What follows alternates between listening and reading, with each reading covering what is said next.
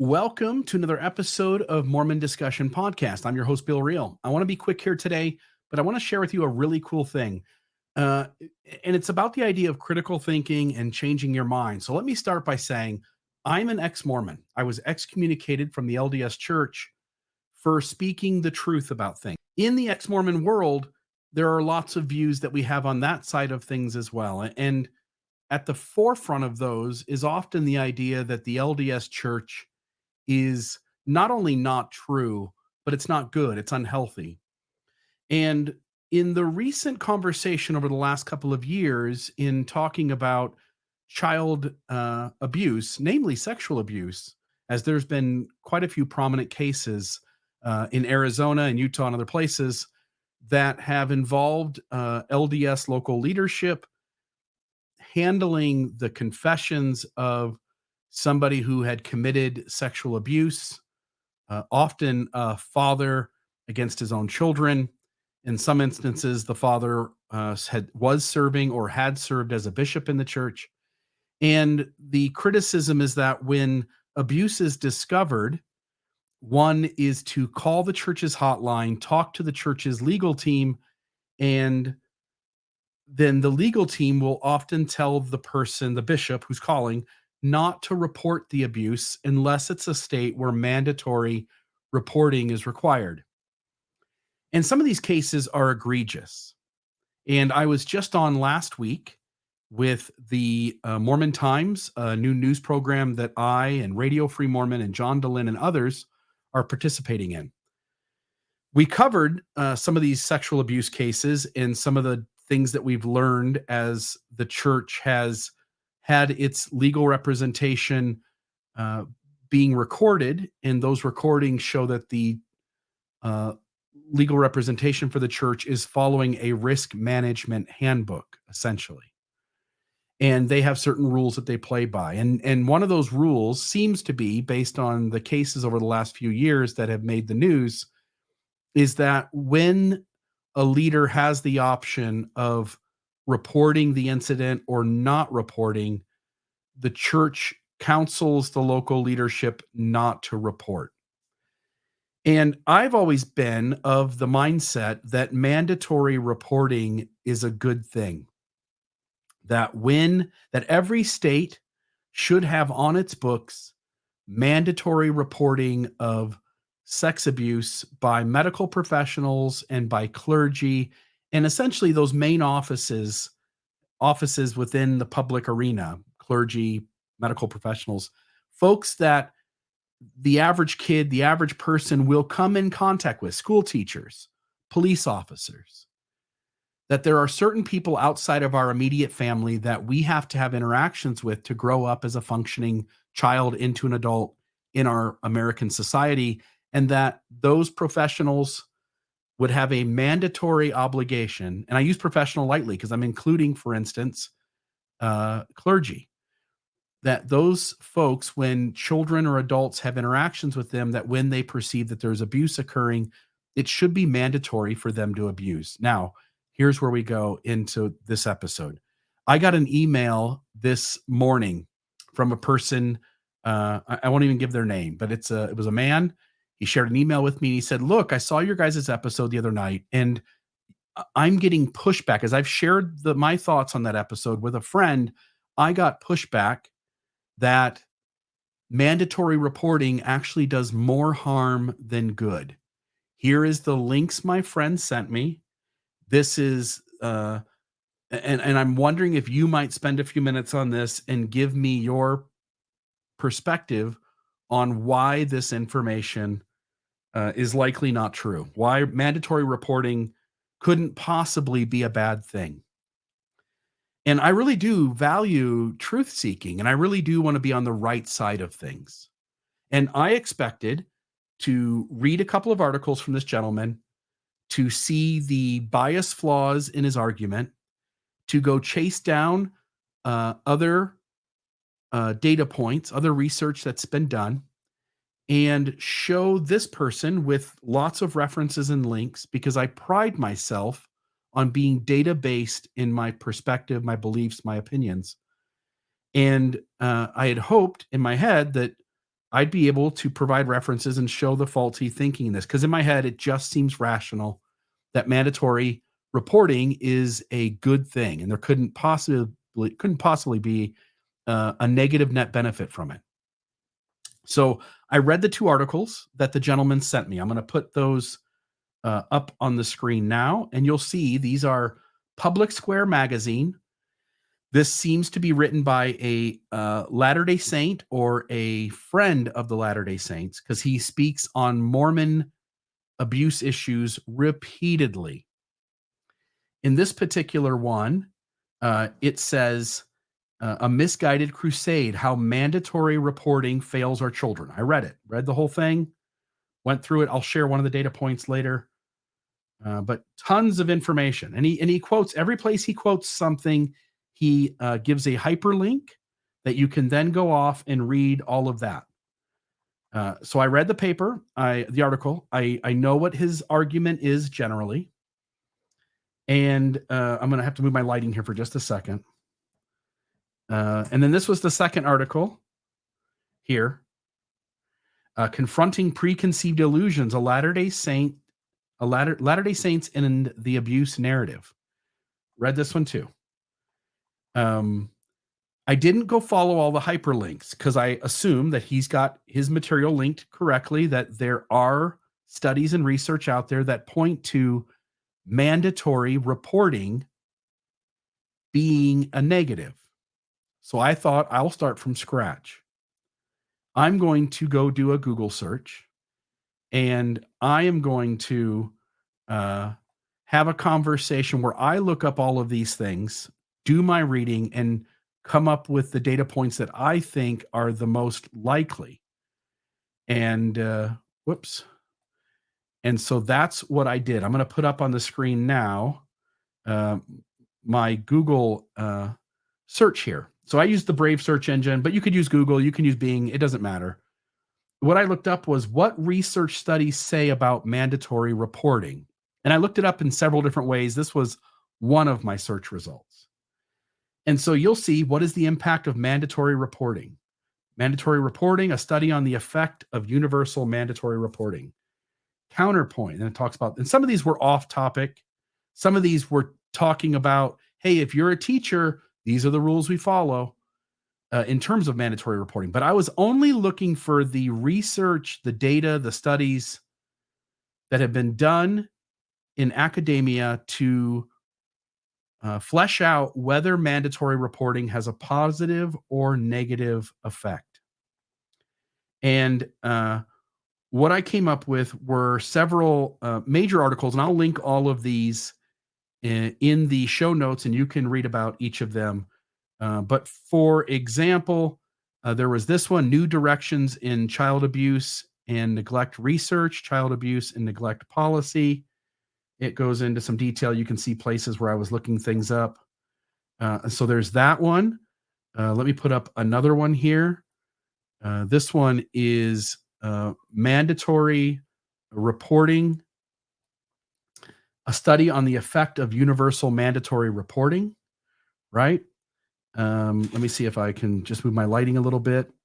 So there's this one, mandated reporters' experiences with reporting child maltreatment, mandatory reporting and research, preventing child abuse, is more reporting better? Social science website here, making sense of mandatory reporting, a qualitative study of reporting practices. This one was from Sweden.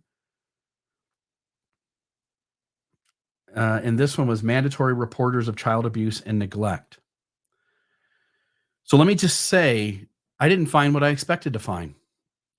What I found was that mandatory reporting on several fronts, and I'll share those. I'm not going to go into great detail. I'm not going to read a bunch of this. I'm spending just a little bit of time explaining to you the 2 hours that I spent researching this morning, which I think was significant enough to know a couple of things. One is that I couldn't find any good research or evidence or data from studies that showed that mandatory reporting had a positive benefit. Number two, I found numerous studies that showed that mandatory reporting have a negative benefit. Now, we got to be careful because the church would go like, oh, and believers will go like, oh, let's use Bill's podcast and just show that the church was in the right. And I'm going to say that that's not clear cut either. In egregious instances where someone's confessing abuse and that abuse continues on with leaders knowing it, and some instances there are several confessions taking place across multiple leaders, and the abuse continues on for years, the church and its leaders failed. And they should have to pay the price of that, whatever that means in the public arena, in terms of public image, and in terms of the legal process, including lawsuits. Uh, the church needs to be responsible for instances where abuse could have been stopped and it isn't. The only argument I'm making here in this podcast is that every instance will have to be a case by case basis, and that mandatory reporting as a broad brush across the states or the nation, I've changed my mind, and I no longer think that such is good. I'm going to switch my lighting here just a little more. Um, and I'll show you just the results of what I found. Again, this was numerous articles of academic research in academia, peer reviewed stuff. I'll leave all of the links in the show notes. If anybody has a counter view, it says no. I'm telling you, mandatory because often we think we know just on because we sort of know the direction that things go, and we sort of don't know our blind spots, and some issues on a surface level, it becomes so clear to us that we know that we're right about something, only to find out that there are really complex angles to things that if we knew, we would hold a different perspective. And so I know that folks out there are going to be frustrated with me sharing this. I know that. I'm sorry. My obligation isn't to prove Mormonism isn't true. My obligation is to shine a light on that within Mormonism that isn't true, on that within Mormonism that isn't healthy, and to follow the data and to side with the truth because I'm a truth seeker first and foremost. And so here we are on December 6th, 2023. We just did the episode on the Mormon Times, the new news program that I'm involved with RFM and John DeLynn, Rebecca Biblioteca, and others that you will see in the upcoming weeks. From here on forward, you will not hear me criticize mandatory reporting generally. I will certainly criticize the church in a case-by-case basis where their lack of action or their action compounded trauma and abuse. And so they certainly don't get a free pass here. But I think we all are going to have to adjust if you'll follow my rational thinking and logic. And again, I will share the sources.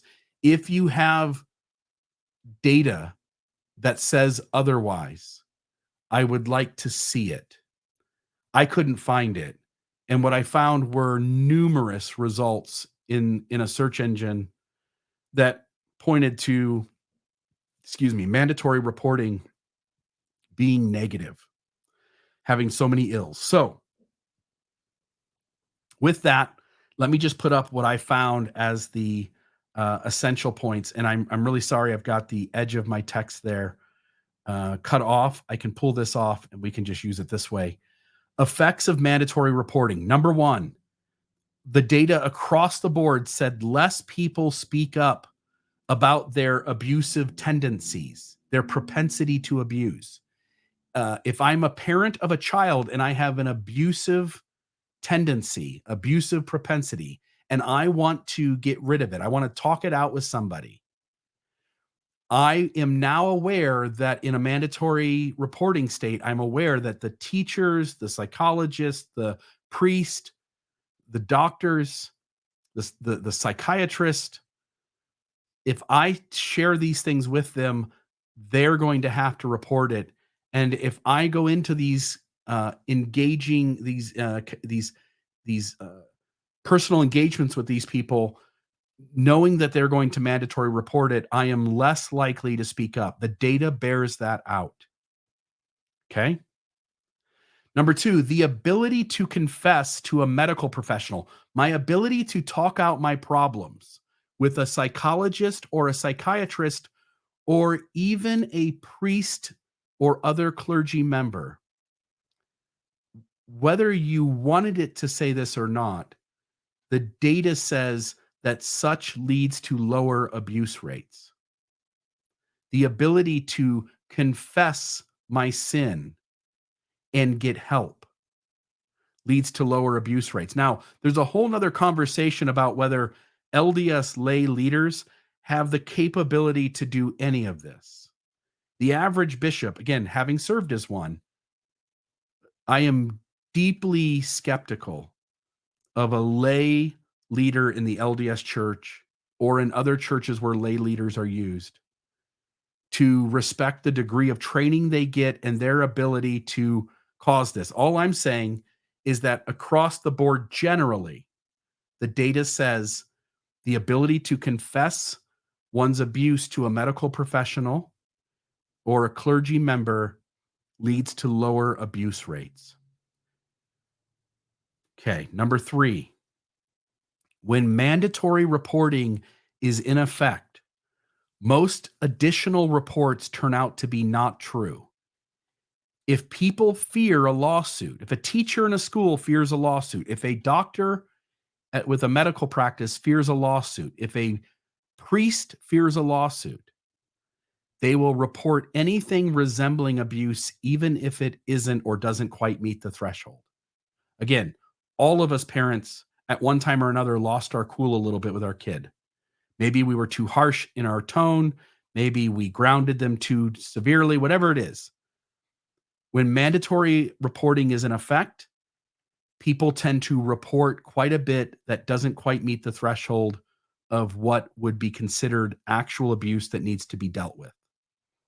The professionals in charge of investigating are then bogged down with these false reports. Not false because the person reporting it is filing a false report, but because they're reporting something that turns out to not be what they were told to report. So there's number three. Number four, of abuse survivors, only 18% said that reporting made things better, while 62% said it made things worse. That includes 3% who said it made things much better and 50% who said it made things much worse. These are the abuse survivors reporting back in research later on in life when they are surveyed, and this is how they responded. Folks, I'm going to end the episode here shortly. I simply want you to know Bill Reel from here on forward will be a advocate for not having mandatory reporting unless somebody can show me clear, data-driven, peer-reviewed evidence that mandatory reporting does work generally. Okay? Or a particular instance deserves a different sort of conversation, such as the LDS abuse cases that occurred in Arizona. And from here on out, I am going to be an advocate for, and by the way, there's another thing too.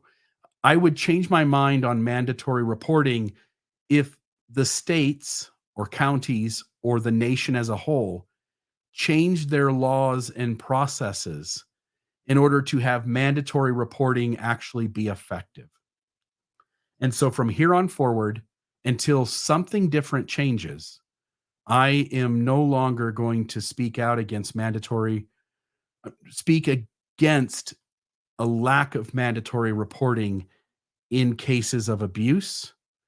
And I welcome a conversation that's data driven. I don't want to have a conversation where we simply get emotionally invested and we put our 2 cents in, because there will absolutely be numerous cases of abuse where mandatory reporting would have helped. Again, if we look at that survey, um, 18% said it did make things better, and 3% said it made things much better. So, absolutely, mandatory reporting would be of benefit in some instances. The collective data says otherwise. And my obligation is to go with the collective data because that means more net good, more net healthiness, more net positive outcomes. And I hope that everyone listening will do their own research. Don't take my word for it. And I hope that this episode is meaningful to the way in which you frame your world. Thank you.